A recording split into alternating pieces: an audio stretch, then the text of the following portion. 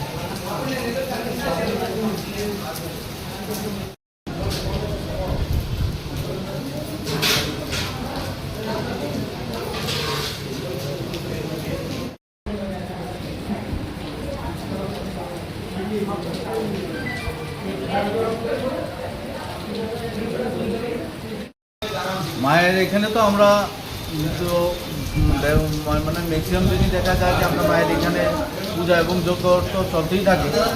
তবে আজকের যে যজ্ঞটা সেটা একটু আলাদা ধরনের।